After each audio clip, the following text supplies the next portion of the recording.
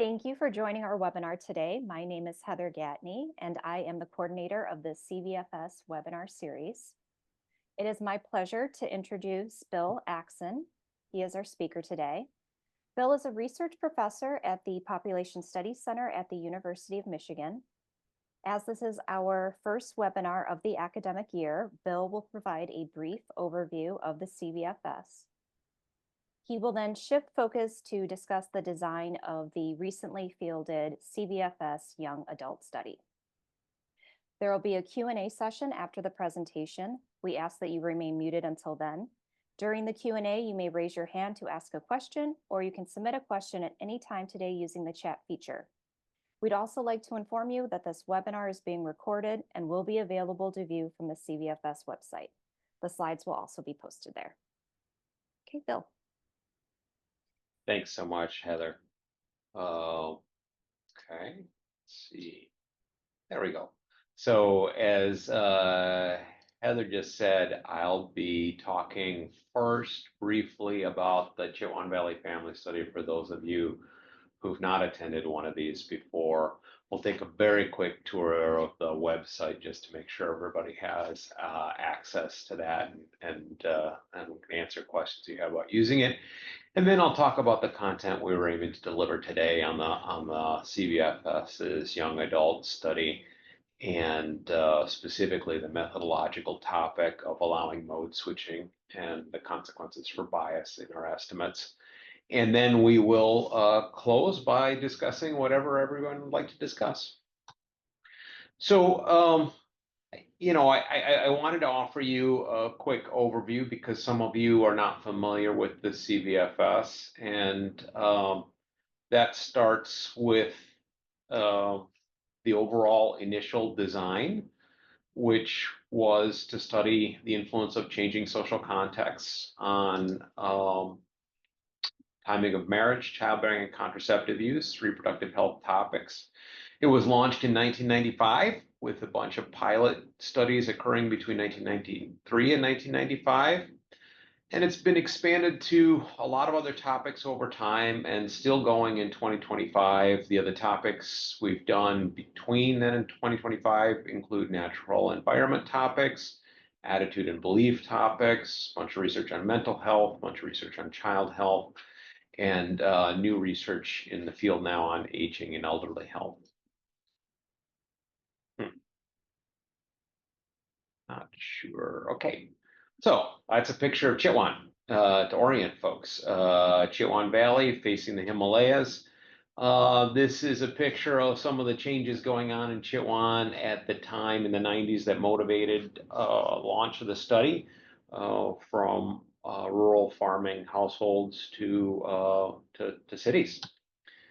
And one that I am particularly fond of, this dramatic change in the integration of children into families from being part of the family labor force on the left-hand side to headed off to school in cool uniforms on the right-hand side. And this is a transition in Nepal, along with several other co-occurring that changed the organization of families. The design principles of the CVFS are neighborhood level controlled comparison with multi-level measurements, a whole family panel design with measures of everybody in the family, and mixed method data collection approach. And I'll just show you a couple examples of that. This is a map of Chitwan, Western Chitwan Valley, where the study occurs, which is surrounded on two sides by rivers, third side by national forest, and then the east-west highway up in the northeast up there. And the triangles are the selected neighborhoods in clusters all over the valley, from sort of toward the star on the top there, which is the most urbanized area, to more rural, remote areas in three strata. 151 neighborhoods we followed since 95. 3,500 households at launch, over 10,000 individuals. And we also follow 265 flora plots.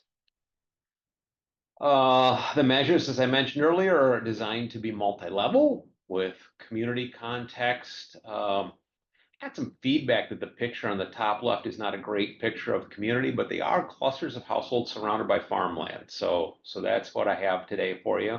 Households and then individual level. And my favorite illustration of this is community level access to mass media. It might be a movie theater.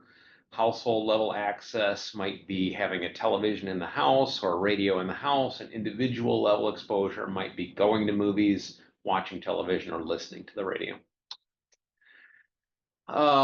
Thank my colleagues for whomever designed this picture of how we measure spouses and their relationship to each other, parents and their relationship to children, and siblings, their relationship to each other in the family, and grandparents. And finally, these are some photos of different kind of mixed method work going on. Upper left is some blood draw. I'll credit Dirga and Coulter with that. In the middle is a child height measurement. I'll credit Dirga and Emily Treeleven with that. The bottom, I think, bottom left and bottom right are both activity space type of measures, I believe. Scott Yabiku and Dirga get credit for that. And the upper right, my personal favorite, telephone interviewers interviewing Nepalese all over the world. And many of us have taken advantage of that technology in that mode. Exactly, because we track all migrants no matter where they go. Actually, the map on the left's a little out of date, but at that time there were Nepalese from CVFS living in 53 countries and 59 districts of Nepal. We continue to track them around the globe wherever they move. And there's one of our interviewers actually doing a life history calendar with one of our respondents. Okay, Heather promised this would work. Let's give it a try. Let's have a look at the website. Hey, Heather's right as usual. Thank you, Heather. Wait, so this is what our website. Pardon? We actually can't see it. Oh, I'm the only one who can see it? You have to, I think you have to close your sharing for the And open the sharing for that. Hold on a moment. All right, let's try it. Can you see it now? Yes. Yes, we can. Okay. Well, it worked on my screen. This is the front page of our website, and I want to direct you to first of all the tabs up above: about, data, publications, FAQ, webinar series, and news. I click on the webinar series first because I want to draw your attention to the fact that we have a button over here on past webinars. If you go there, you can see all the ones we've given in the past. I introduced CVFS a little bit today because it's 2024. The first time we did this was in 2021. But all these previous webinars are up. You can look at the PowerPoints. You can watch the videos. They're all here. So I wanted to draw your attention to that. And then I'll go back to the home for a second. And next, I'm going to click, you could click here, which is our study diagram, which we think is one of the most useful ways to find aspects of the data. And I'll click the data button. Let's take a look at what happens when you do that. Again, you get to these different aspects of the data: data user's guide, data access instructions, and the data documentation. I'll go back to the diagram. And the way this diagram is organized, it starts in 1995 with different kinds of data. Let's see, neighborhood histories, school histories from 1995, for example, land use from 1995, for example. And across the top, it's got these years. Let's see if Bill can navigate his way through those. You can come out. And the top rows look sparse, but that's because the data is more recently is down further. For example, household registry. Heather, that reminds me, I think you told me we've got some news on household registry data release. Is that correct, or is it relationship? It's the relationship grid, yes. So our time 2, 3, and 4 relationship grid data should be shortly, if not right now, within 24 hours available through ICPSR. Was going to look and see if I could find where the relationship grid Yeah. stuff We need to update our website here, so I don't. Yeah. So we are working on several other data releases that we hope to have for you soon, but that's the most immediate. Let me see if I can now get us back. Heather, anything else you want to say about the website before we leave that topic? Or does anybody have any questions about the website before we leave that topic? The only other thing is that we do have a webinar feedback page that you can navigate to through that webinar page. And so if there's any topics that you would like discussed in the future, we would love your feedback. Yeah, we very much appreciate that. All of you, please feel invited to give us suggestions there. All right, let's see if we can get back to the show. Let's see if I can advance this slide. Yeah. Okay. One thing that Dirga added to the presentation I want to make sure to share with you all is ongoing CVFS studies that are in the field right now. 3 of them I wanted to draw your attention to: this intergenerational disadvantage in pediatric health disparities and acute respiratory illness and diarrhea is a brand new R01 that Emily Treeleven won that's got some pilot study work in the field right now and going to be launching shortly. Next one, Heather, correct me if I'm wrong, but I believe this is Sarah Brown or Otto's work that both Dirga and Emily are involved with. And the third one is a collaboration between Carlos Mendes de Leon and Dirga Miri, launching our first sort of large scale work on the elderly population in Nepal, focused on dementia risks. Okay, so today I wanted to tell you a bit about the CVFS Young Adult Study.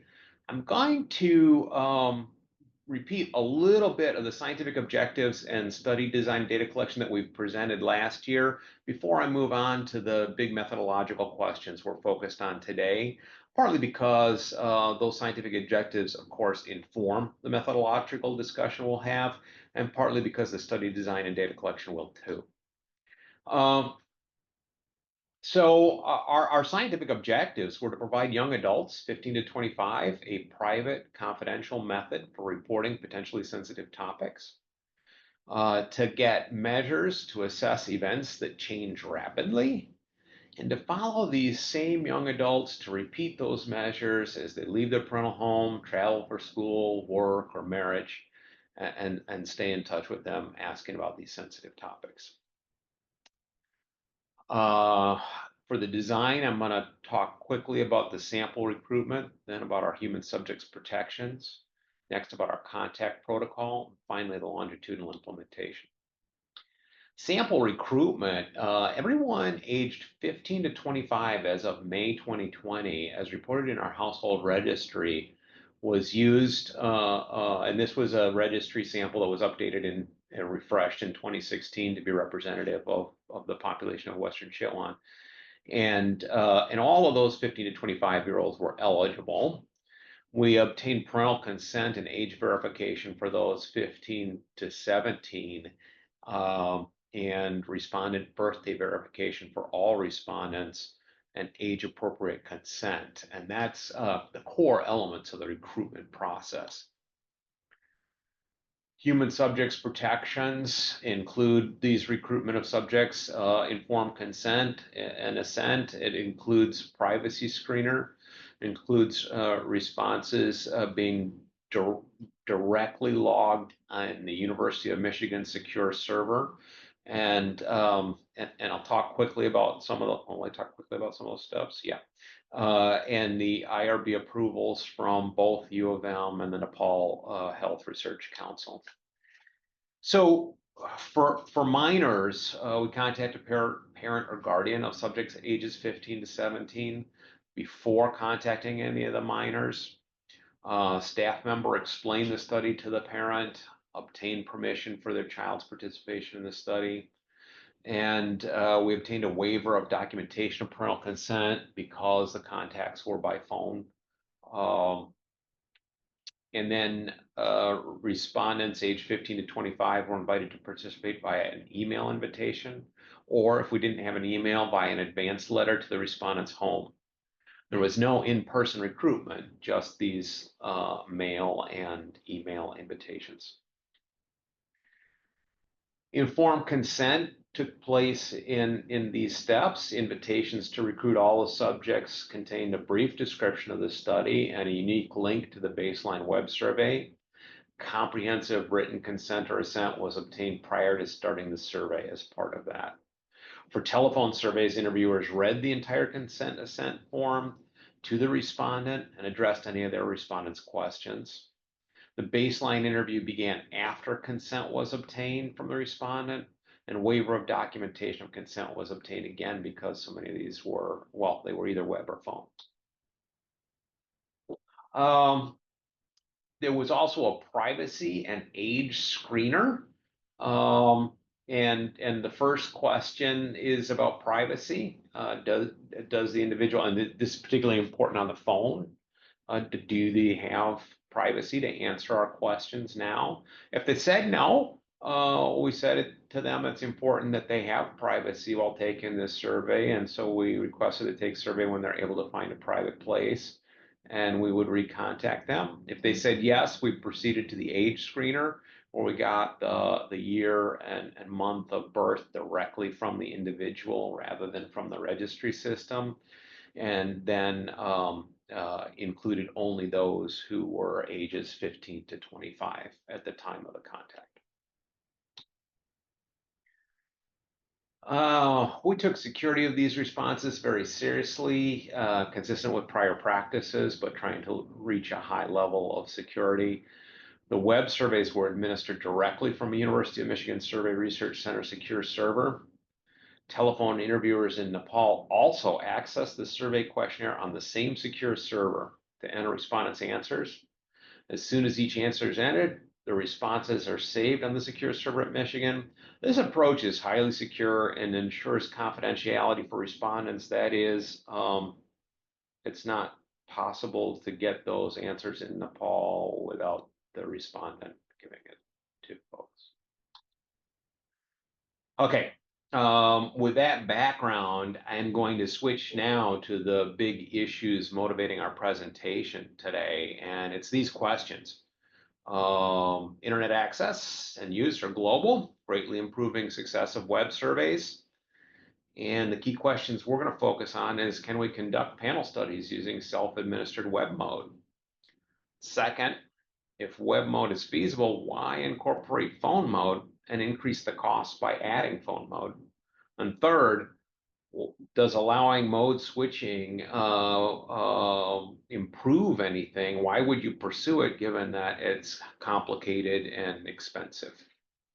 So those are the big three questions. I'll go through the process, show you some results, and then we'll return to my initial answers for you. So this is a sequential multi-mode data collection. First, a web survey with an interviewer-administered phone option for respondents who do not complete the survey on the web. Multi-mode reminders to participants via mail, email, text messages, and phone calls. The sample management system used by interviewers in Nepal to manage and record those contact attempts resides on servers here at Michigan, and we use it worldwide for sample management. It's a mobile-friendly, web-based format to collect all the data, but that includes collecting monthly sex and contraceptive use history data. That begins with a 2-year retrospective or 24-month retrospective at the baseline interview. And then each subsequent wave, it's updated from whenever the respondent answered it last to the current interview date. All those data are transmitted to secure servers in Michigan, as I said before. Okay, these are the 10 steps in the contact protocol. Email which in the beginning, we only had 38% email addresses for 38%, and we delivered a letter of invitation to the remaining 62%.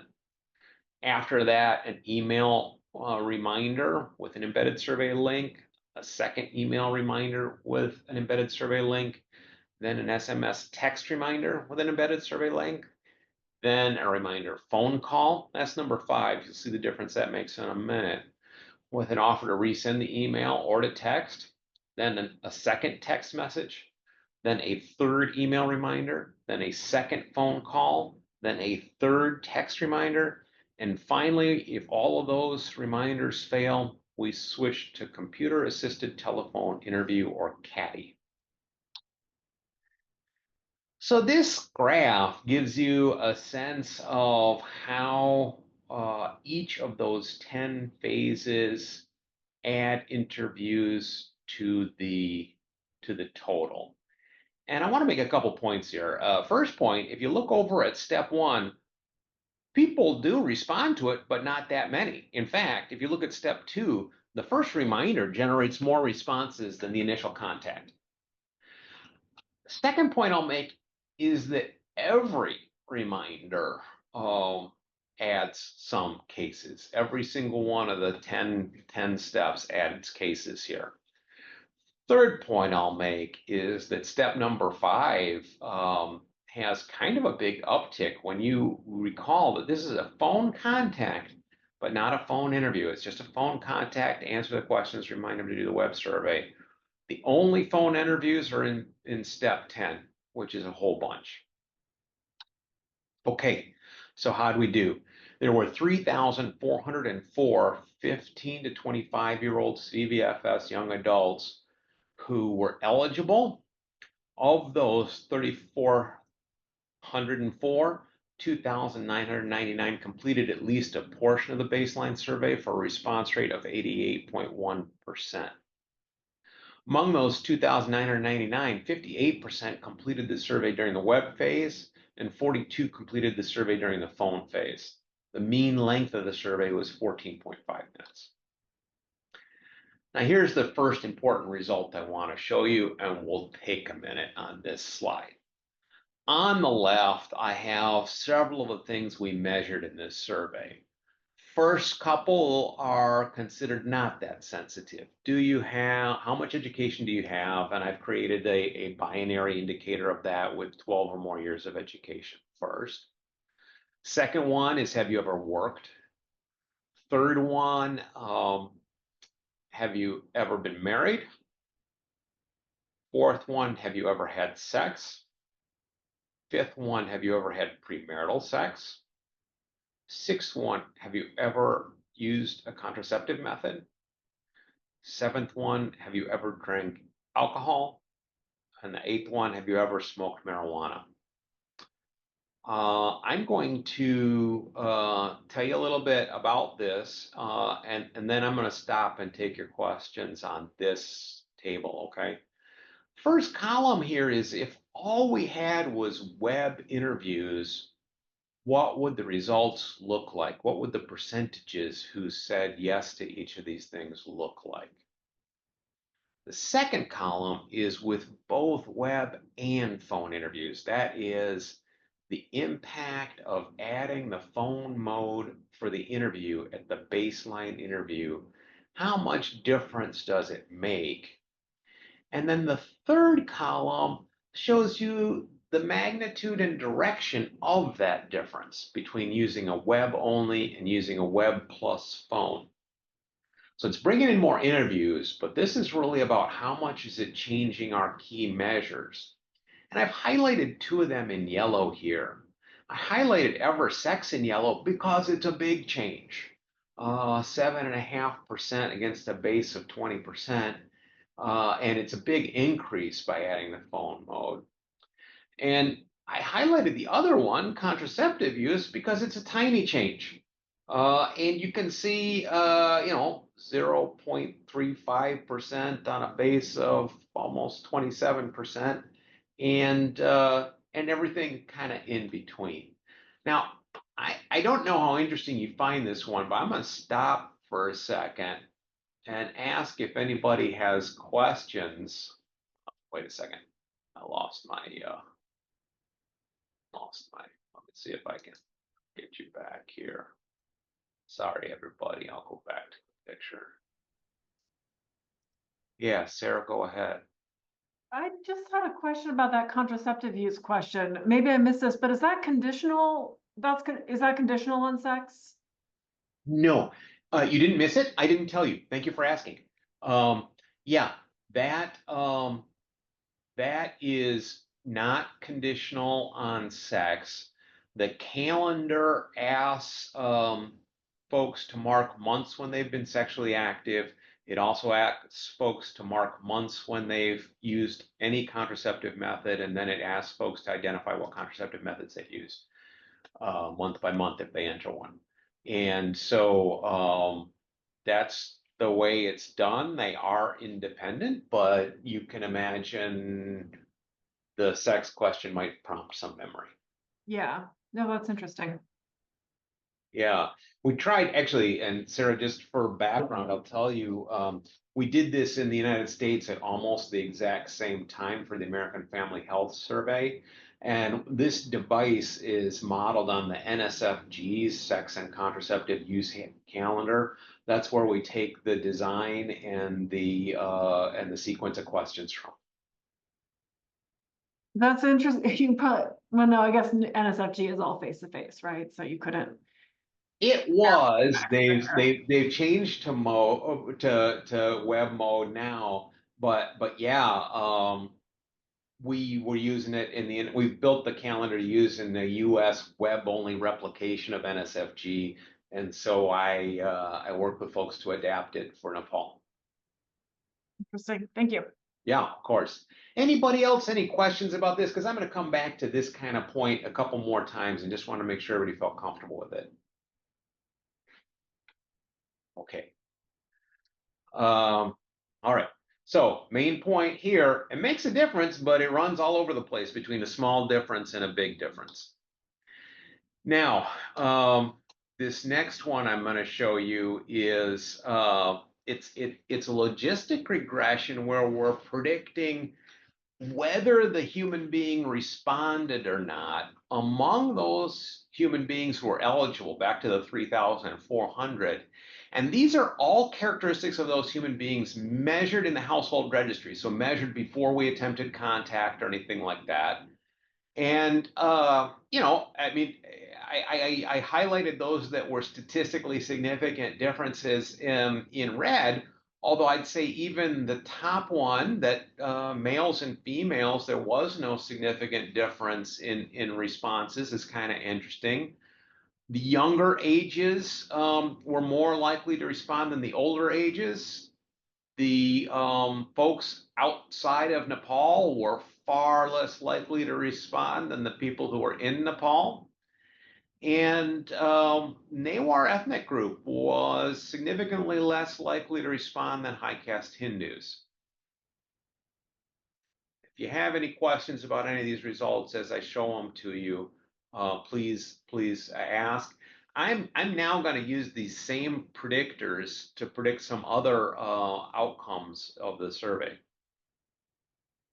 And the first one of those I'll do is in the same baseline interview, these same characteristics, did they predict the choice of web or phone, where we have web interviews here coded as equal 1 and phone as equal 0. So you can see again, gender not associated with that. Age is associated with that. The 1.22 that's circled in red there means that the younger age group was had a 22% higher odds of responding by web than the older age group. Those outside Nepal had a lower odds of responding by web in the baseline. That is in large part because we didn't deliver a letter with a QR code if they were outside Nepal. And so our main contact was by phone with a lot of those folks. And you'll see in the ethnicity here that delete ethnicity was significantly less likely to respond by web than phone. Again, all characteristics measured before the baseline interview in the registry itself. We wanted to tell you how the contact information improved for follow-up. Email addresses went up from 38% of the sample in baseline to we had 48% of the sample for the first follow-up. Phone number access went up from 59% to 90%, huge advantage. And having both email and phone went up from 35% to 46%. As expected, respondents who complete a baseline survey have more complete contact information, but we also were able to improve rates by explicitly asking respondents to update information at the end of the interview. I'll encourage everybody to use that kind of approach when they're in this situation. Okay. Again, we'll take a minute on this one. First thing I'll tell you is we were able to re-interview at the first follow-up 2,848 respondents who had completed the baseline. That's a 96.2% response rate or retention rate. Second thing I want to show you, and I'll do this a little slowly, is how baseline mode, which are the two in the left, may have changed in the follow-up, okay? So in the left, we have baseline interview phone. That's the 629 plus 509 equals 1138. And you'll see the follow-up mode at being also phone is 55%, or 629 people did the baseline by phone, the first follow-up by phone. However, almost 45% switched modes, did the baseline by phone and did the first follow-up by web. And that's a big switch for 509 cases. Second thing I want to show you is that even if they did the baseline by web, 27% changed to phone in the first follow-up. So that's a non-trivial 465 people. Now, another 1,245 stuck with web mode. If you take the kind of switching from phone to web and the continuing in web together, in the total line on baseline at the bottom, you'll see under phone follow-up mode that almost 62% answered by web in the first follow-up interview. Anybody have any questions about this comparison of mode folks answered by in the first one compared to mode folks answered by in the second one? Okay. Okay. Well, the full panel study is 6 waves of data collection, the baseline plus 5 follow-up interviews. Respondents were allowed to use web or phone at each interview. They could change their mind every time, using all modes to contact remind in each wave. So that full 10-step process we showed you where we used every one of those modes, including the text messaging and phone calls just to remind people to do by the web and that stuff. And final response rate, that is completing the 6th interview, is 93% of those who completed the first interview. So they might have missed one of the waves in between, but at the end we put an extra effort to make sure that we had that full panel. And just to go back to the idea of that sex and contraceptive use history calendar, they did the baseline and they didn't do any other interviews till the last one. The last one still filled their sex and contraceptive use history all the way back to the baseline when they completed a baseline interview. Okay. Now, I'm going to talk a little bit about how offering 2 modes throughout significantly changed our findings. And the first view I'll give you of this is the easier one. This view is quite a bit like the table that I paused on before, where I have all the same measures on the left, which are education, employment, marriage, sex, premarital sex, contraception, alcohol, marijuana. And then I have the web-only responses in the first column, percentage who said that. The percentage who said at any time yes to this by web or phone in the next column, and then the difference between the two in the final column. And the first comment I want to make about the differences in the final column is that substantively, these differences are all large. And you might kind of scroll with your eyes down that column and get to the last one and see only 1.8 and think, Bill, that's not that big. I hear you, my friend. Nevertheless, compare the 1.8 to the 6% in web only, and it's a pretty big share, about 30% increase in folks saying, yes, I smoked marijuana. Now let's talk a little bit more about what substantively this means. You'll see the drop in education if you add those who only responded by the phone.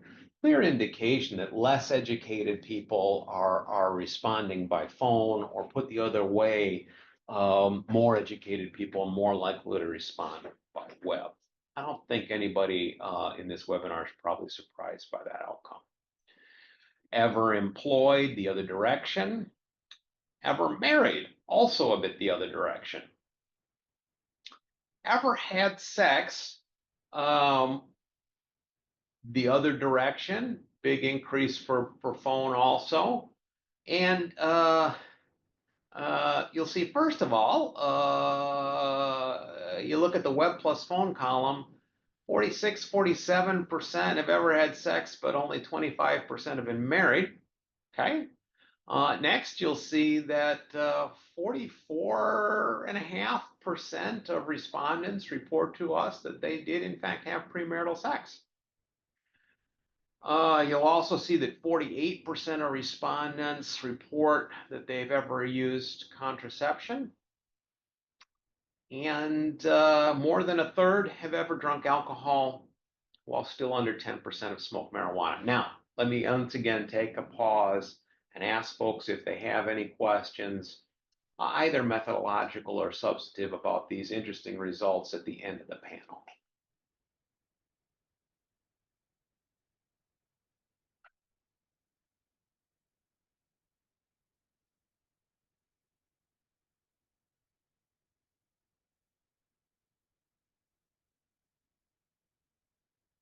All right. I'm going to take you on, and Emily's with us. Emily told me this next table was a little too much. I apologize in advance. She suggested some easier to see options, and I probably should have taken them, but I wanted you to get an overall look at this and not focus overly on what each specific number says. Okay, here we go. These are regressions predicting the outcomes: ever married, ever sex, ever premarital sex, ever contraceptive use. And what I've done here is taken these characteristics before the before the study ever launched, and used them to predict people's substantive answers. And these also control the two age groups that I showed you before. These also control the outside Nepal versus in Nepal thing that I controlled for before. But I'm not showing you those here because those never show a substantively different outcome in the two models.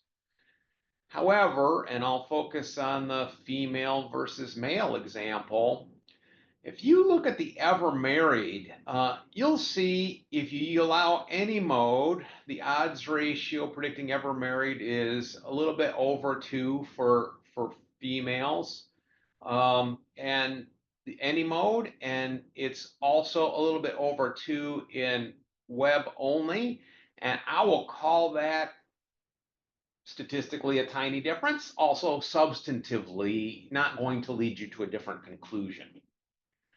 By contrast, you look at the same female versus male comparison predicting whether a respondent reports they've ever had sex. Any mode shows that females are almost 50% more likely to have had sex. than males, whereas if you had only had the web mode, you would not observe a statistically significant gender difference.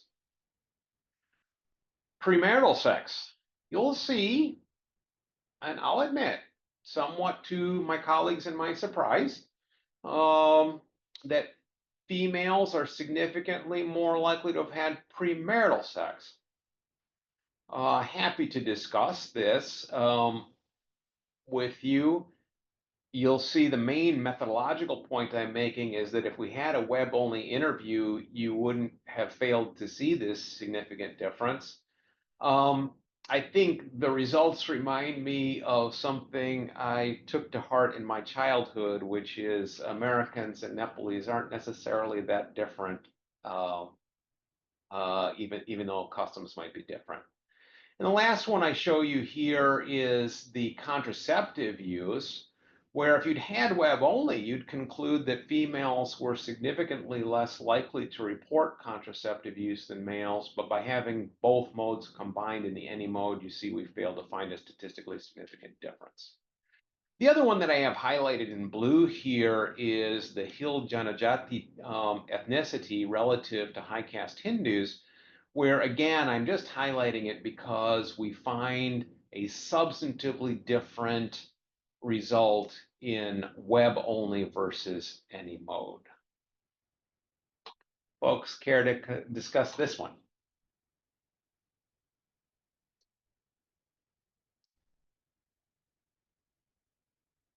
All right. Aha. Pallav, hello. Thank you for joining us today. So glad we're finally meeting. Tell me, my friend, what thoughts occur to you?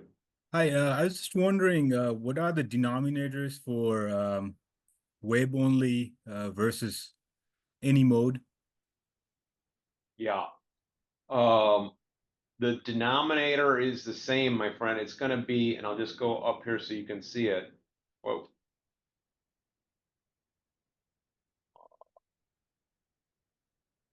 Where did it go?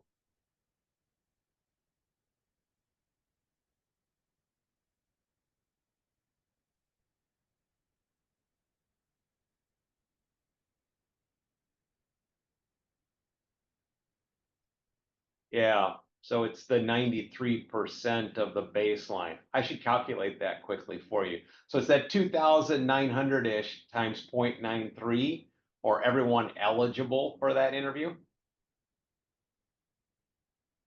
Oh, okay. So Okay, it's the same denominator for both columns. yes.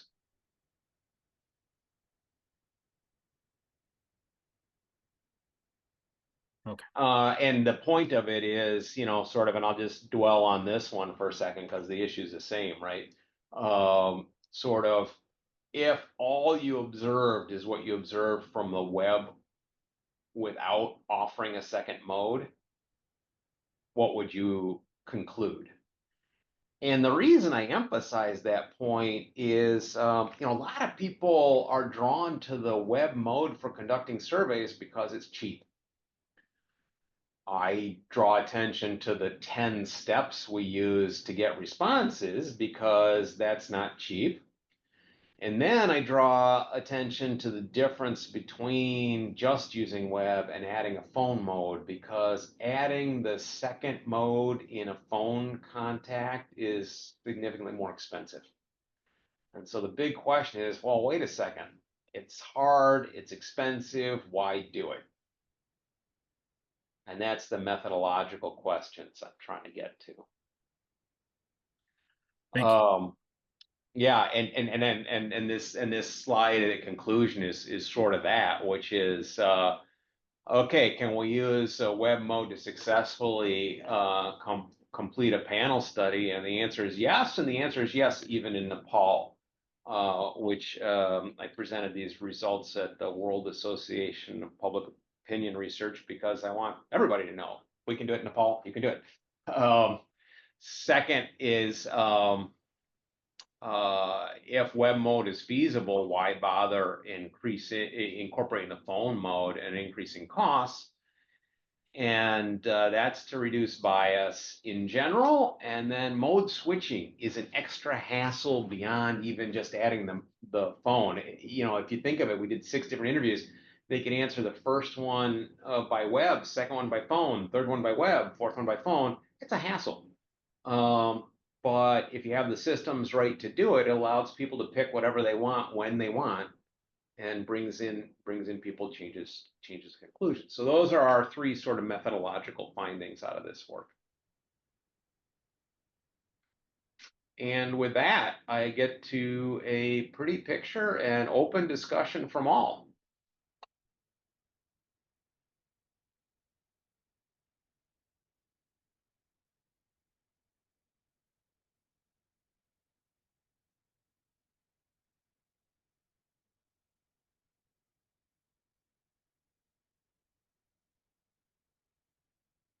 Yeah, Sarah, please go ahead.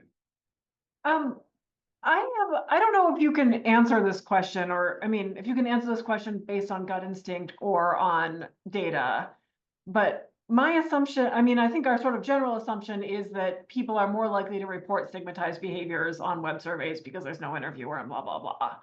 Yep. And I think part of what you're showing us is that, like, especially in this context, there's a very different population that responds online. So Yeah.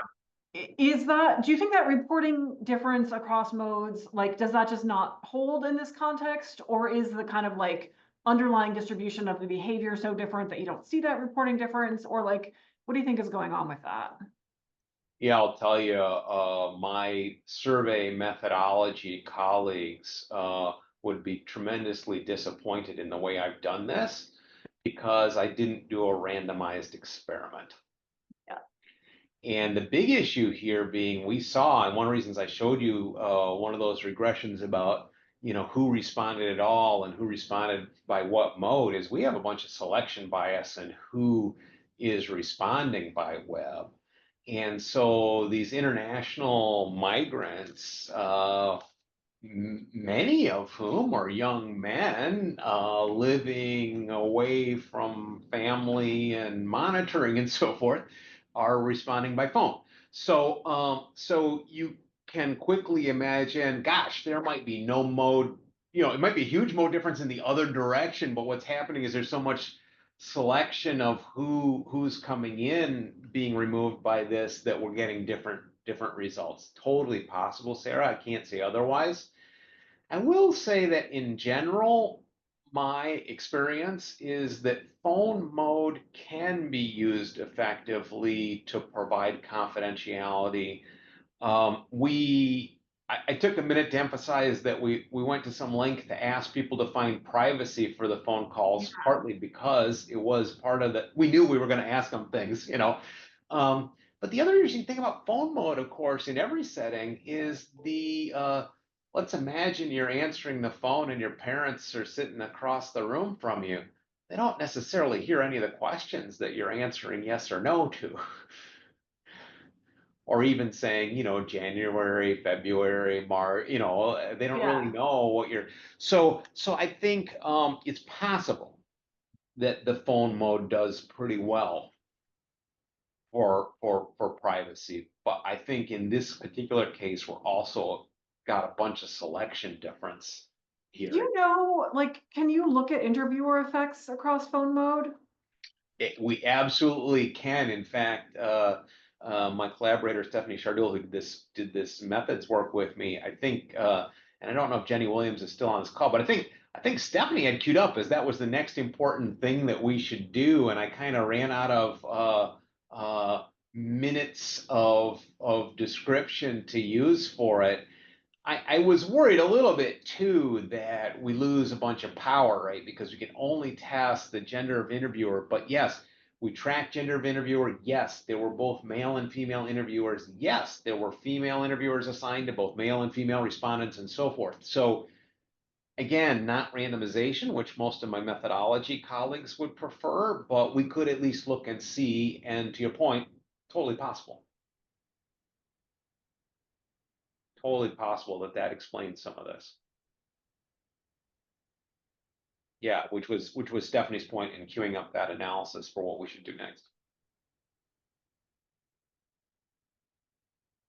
Yeah, excellent lines of questioning. And let me, for those of you who are new to the webinar series, invite any questions you have on CVFS in general, as well as the specific topics we're presenting today.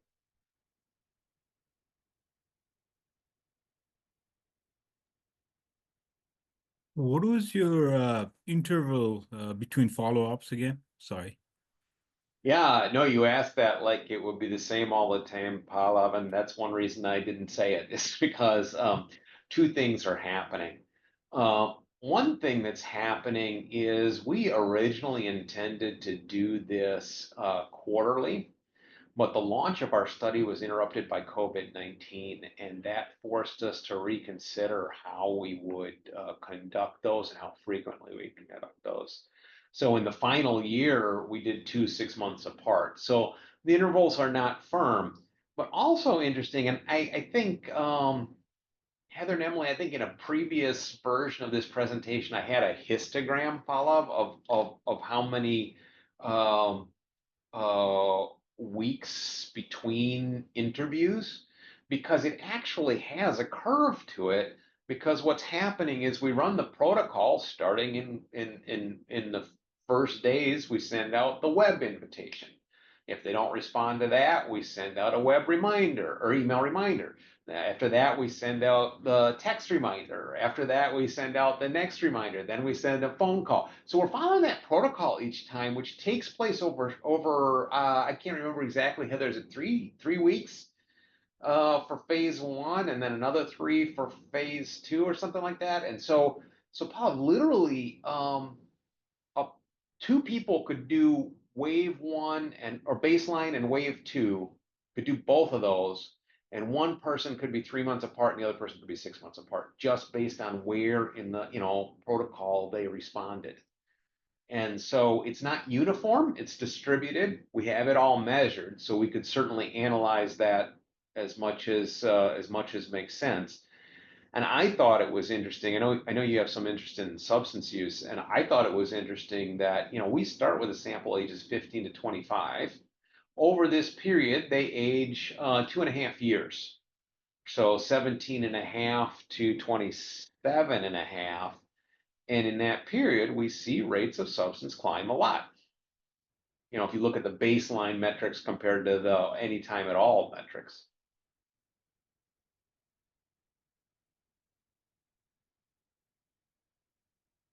So about 2.5 years total duration. Great question. Great question. Other questions? Welcome them.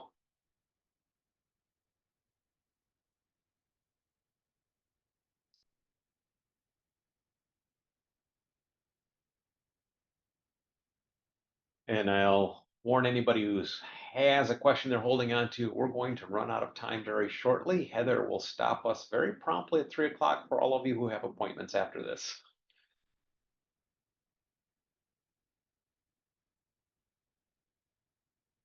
Well, I'll also take a moment to thank everybody for joining us today and for having an interest in the CVFS and any part of it. If any of us can help you use the data and do stuff you would like to do with the data, please don't hesitate to contact us. Heather, anything else we should say before we go? Nope, that's great. Thank you, Bill. Yeah, always a pleasure. Always a pleasure. Great to see everybody. Thanks so many of you for joining us.